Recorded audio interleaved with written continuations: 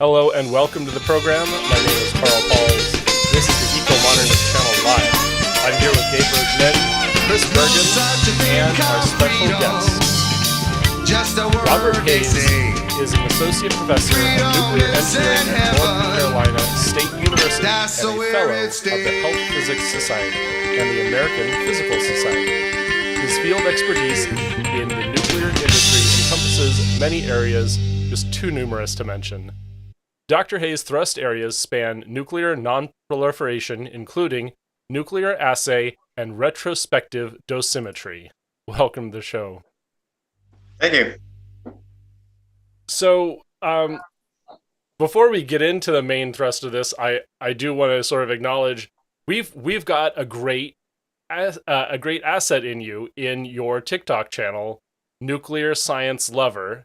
You've got 156,000 followers, and I really, really appreciate the Q&A that you've done on that channel. It has a really great reach, and you get into some really great topics. How's that experience been? Very unexpected. I had never intended to do it, and in a very indirect sense, my students kind of roped me into it. But I see it as something that was essential. I just always thought it would be my students that would do public outreach and not me. Well, we absolutely appreciate it. It's a great resource to have folks like you and DJ Leclerc on TikTok explaining nuclear physics, nuclear energy, and all of these great topics for the huge number of people that are on that platform. So very, very happy to have you here, and in our small little corner of YouTube. So back to the script. One of the criticisms of commercial atomic energy, and I'm sure you get this in QA a lot, is the risk of nuclear proliferation. That nuclear energy leads to nuclear weapons. How serious is this? Well, I would say that it's serious, but I think we need to take that in context. A great place to go to contextualize this is to make the analogy with agriculture. We all die without agriculture. Yet agriculture is one of the most hazardous careers that you can have. The death rate is much higher in agriculture than you get in many other disciplines. That doesn't mean that we can't do without it, but it doesn't make it okay that it's an unsafe in that sense, that you have a large number of fatalities in agriculture. And proliferation is something like that. I have a friend of mine in England, another science communicator, who coined the phrase, and this might not have always been true in the past, and it might not always be true in the future, but I would definitely argue that this is true now, that the most dangerous reactor is the one you don't build. They are just so essential to the environment, to having a small footprint, to having a safe way to provide many terawatt hours for your city. If you want the least number of people to die to provide those terawatt hours, nuclear is the way to go. I mean, hydro is great, but if you look at the massive environmental footprint from solar and wind, all of the mining, the milling, the manufacturing, the waste, right? Those things, they have to be replaced fairly often. And even though the sun is free, but the energy, the materials to extract that energy are neither free nor renewable. And with all of that infrastructure that has to be placed, there are a lot of industrial accidents. And so if you want the lowest number of deaths per terawatt hour, you have to go with nuclear. But that means, like with agriculture, you have to mitigate the problems that come with it. And nuclear proliferation is one of the issues that has to be mitigated if you're going to use nuclear energy. So of the tools to mitigate, of course, international treaty is one of those. And we've got wonderful resources contributed by all the treaty signatories, like in the United States, the NNSA. That's the National Nuclear Security Administration. In the past, it hasn't always worked out. So, of course, we failed to prevent India and Pakistan initially from developing nuclear weapons, and that was I think that was early in the 40s and 50s when that development occurred. Do we need to make any changes, or maybe we can discuss the changes that followed that burst of proliferation of nuclear weapons? I think that it would be good to make some changes. There are a lot of changes that would be good. I mean, Pakistan and India, they had never signed the treaty in the first place, so it's uh, uh, kind of non-applicable. The idea being that if they had signed it, then they would have had incentive to find other ways to deal with their security issues. Had they signed it, had they made that decision, then that confirmation bias that would have been present with their government would have said, maybe we need to think about this rather than it looking like an attractive path forward. And so, yes, I think that one of the things that should be done is that you really need to get everybody to sign it, right? That could have helped easily with Pakistan and India. In addition, there needs to be far more penalties for withdrawing. North Korea did sign it, but then they withdrew. And it was like a slap on the hand, right? It wasn't a big deal when they did that. It would also be nice to deal with the issues of latency, nuclear latency, where countries can have easy breakout. So if Japan or Germany were to decide to do it, they have the science, they have the infrastructure that they could break out quite quickly, as opposed to, say, a developing nation. It would be far more difficult to break out. It would be nice. There'd be a lot of things that I would like to see. It would be nice to be able to have, say, surprise inspections, so that you don't have the IEA doesn't have to say, well, we'll be there in 5 years or we'll be there in 1 year, so that a person in principle could hide things. It would be nice to be able to do that. It would be nice to force the UN Security Council to act on violators, so that they have to do something. They can't just say, well, I don't see that we can do anything, and they don't do anything. It would be good to push for more disarmament, if at all possible, for literally banning nuclear weapons to the extent that it's practical, and having a path forward to eventually complete disarmament, if that's ever possible. Right now, there really isn't a path forward that I see where the nuclear weapon states all agree, maybe in 100 years, we'll agree to start some kind of a path forward, maybe 1,000 years, but there's nothing in that future that would say eventually we'll get rid of these and we'll find other options that are more attractive to make us feel safe. Hmm. And there are even anti-nuclear organizations like Friends of the Earth aren't 100% in favor of total disarmament. I mean, you'll even hear them argue, look, the United States and our nuclear deterrent is important, but no one else should have weapons. And that is very difficult to get other nations to sort of sign on to, I would feel.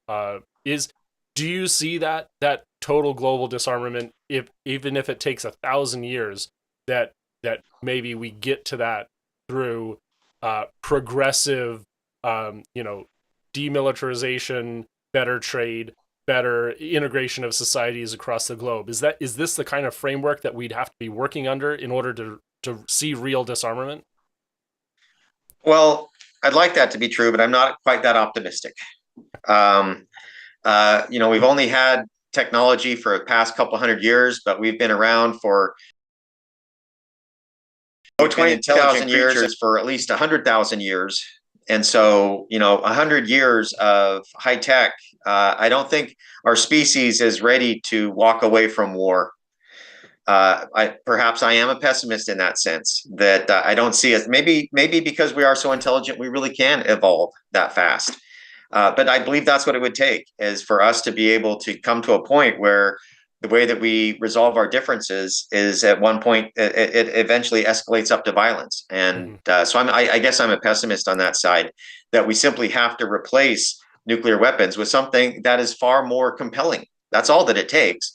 Is you need to be able to tell yourself and your people that you're safe and you can protect yourself. You have the biggest bat on the block. You're the biggest guy on the block. And that's what we need to feel safe right now. And I don't see that changing, but I can see what can change is that the bat could change, that the technology could eventually come to the point where nuclear weapons would become moot. I believe that is possible, but who knows? We're trying to predict the future. Yeah, it's pretty far out. So to sort of summarize, and I think there's a lot that has happened post India and Pakistan arming. It was a bit of espionage was the way that Pakistan achieved nuclear weapons status. And so the transfer of technology from Canada to India didn't help. And then the espionage, where a nuclear scientist got unauthorized access to enrichment technology, kind of allowed this to happen in Pakistan. And then the AQ-Khan network allowed that work to sort of proliferate to North Korea, unless I'm mistaken. Right. And so all of this, finding new enforcement mechanisms, really is a big international cooperation that maybe we're just not ready for, especially in these perilous times. But that is something that you see a hopeful path forward, possibly. I do think that there is hope. I do not think that World War III is inevitable. That's not to say that it's not. I mean, I don't really know what could trigger the next one. But as long as it doesn't take place in the next century, it's probably going to be something else. If it is in the next century, it could very well include nuclear weapons, but there's still no guarantee. Given the presence of a nuclear reactor in a country, you talked about an early and nuclear latency, the ability to break away from the treaty very quickly. Does having nuclear technology like nuclear medicine, nuclear energy in those countries, is that a central feature of the ability to break away, or would this be something like a client state of Russia and Rosatom? Would those places also have the ability to break away and produce their own weapons? Uh, to start off with, I don't think having a nuclear reactor in the country does not enable nuclear weapons in a straightforward way. It really doesn't do anything unless it's coupled with the ability to reprocess or recycle the fuel. That's the key. If you don't have that, if your fuel is shipped off to, say, a parent country like one of the nuclear weapon states, and they deal with it, then you really have no ability to get plutonium or uranium 233 from, say, a thorium reprocess. If you're not extracting the activation products from used nuclear fuel, you don't have that ability with a reactor. And so a reactor that doesn't have that capability is for all intents and purposes harmless in terms of proliferation concern. Now, the concern is always that fuel gets diverted and it finds its way into reprocessing. But that's the key. As long as that reprocessing stays in the nuclear weapon states, it's not going to be at any nation state that decides they want to have nuclear energy to improve their situation. So the idea of a very cheap and efficient enrichment technology unlocking nuclear weapons, that's not necessarily our biggest concern anymore, or is it? It is a concern for those that have it. Mm-hmm. So Iran has it, and that's the concern there, is they have enrichment. And that the concern is that they've been enriching to the point where now they can actually start to make nuclear weapons. So that's a separate thing. That you don't need a nuclear reactor to do enrichment. You just need the enrichment technology. And the original Atoms for Peace, the expectation was that if you buy this nuclear technology to enable yourself to take advantage of nuclear science, whether that's in nuclear medicine or nuclear energy or oil well logging or anything else, if you want to take advantage of that technology, you submit to the International Atomic Energy Agency safeguards. And I already mentioned what I think really needs to happen to bolster those. The weaknesses that are there have been exploited. And it would be nice to fill those so that those are no longer weaknesses. But it would require, updating these international treaties and getting everybody to sign on them. And so those are really the only two ways that you can do proliferation. Do you see this as a particularly laser enrichment technology? As long as that technology, the control of that information, then it's fine. Then I'm good with it. Then it's the country follows the rules. If a country decides that they wanted to build a bomb and they want to kick out the IAEA, doesn't that nuclear reactor have the capability of providing what they need for enrichment? That's how India did it. Yes, absolutely. right? So India had a research reactor, but what I had mentioned before is trying to plug the holes in the treaty, right? So that you need to be able to, they need to know that they can get surprise inspections. They need to know that there are automatic sanctions if they violate the treaty, right? These kinds of things would give people pause. And sometimes that's all you need, is to give them pause so that the diplomats can do their job before anybody asks the military to even take a foot in any direction. Because if they do that, if they take a pause, then they might think, is there another way that I can get the security and safety that I feel like I'm lacking? And then the diplomats can start talking. And that's what we need, are good diplomats that can be triggered on that, to make sure that somebody has those issues, those fears addressed. American dollar. I'd like to. But Uh-oh. but Uh-oh.